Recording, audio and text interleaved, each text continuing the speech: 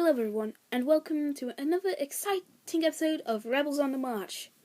In our last chapter, the rebels had defended their homeland from Oliver Cromwell and his dogs. And now it is chapter 3. The invasion begins. We had guarded our homeland from the tyranny of Oliver Cromwell and killed him. But we must free England from the power that Parliament held. But without a Cromwell, do you see? Riots began and people took up arms against the army. Parliament began to go insane because of what happened and put everyone, including the country itself, in lockdown. We'd killed the invaders, but now we had a navy, using their ships, and so we could help our country by the only way: invasion. Yes, we would have to invade our homeland to free it. We were not proud of it, but it was our only option. When we raided the ships, we found a letter, and this is what it said. Dear Mr. Cromwell, we shall allow you to go after traitorous dogs, in hope that you shall be able to bring them to justice. And the combination to save on the ship, sorry, I can't talk today, is 30 left, 40 right, and 70 left. Furthermore, we hope you will succeed. Yours sincerely, the Houses of Parliament. In the safe we found bombs, weapons, and munitions. We were ready to begin.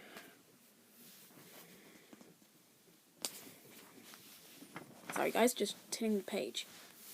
When we got to England, the Navy was attacking London. When we got alongside it, we saw it filled with civilians. And we asked the captain, what is happening here?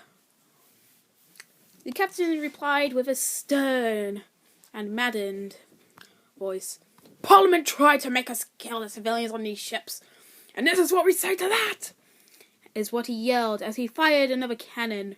From what I can tell, he used explosive shot in that one.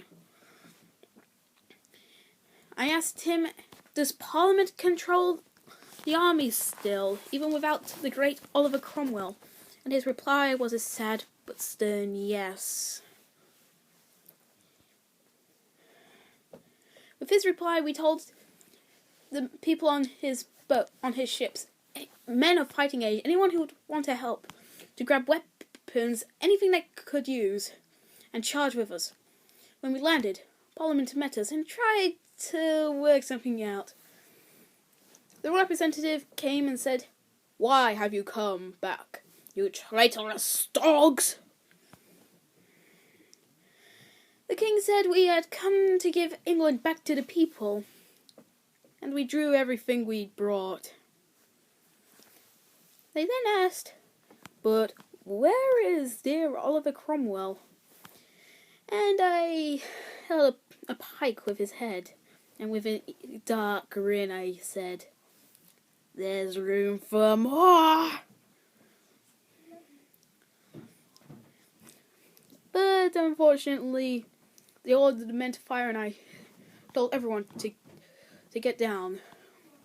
We lost no men, but 7 got shot in the arm. We charged and killed 5,000 soldiers. We lost 500. And when the people saw what happened, they grabbed their pitchforks, clubs, anything they could, and started to attack the army. We fought like it was our last day on earth, but we did not care. As we got closer to the Houses of Parliament, we saw the Navy landing troops. Strong the defences were, but traitors hid among them. When we got to the gates, we realised how bad England had become without us. The place used to be so peaceful, and yet now people were tearing each other apart. Brothers, friends, family, all at each other's throat, fighting for liberty, hope and justice. But for whom? England or Parliament? The closer we got to the Houses of Parliament, the stronger the defences became. Well everyone, this is the end of chapter 3. The invasion begins of Rebels on the March. I hope you all have enjoyed I have enjoyed reading it to you, and as I usually say, everyone, and it is in the honor of Leonard Nimoy. Though Star Trek is no longer the same, it will miss you, Leonard.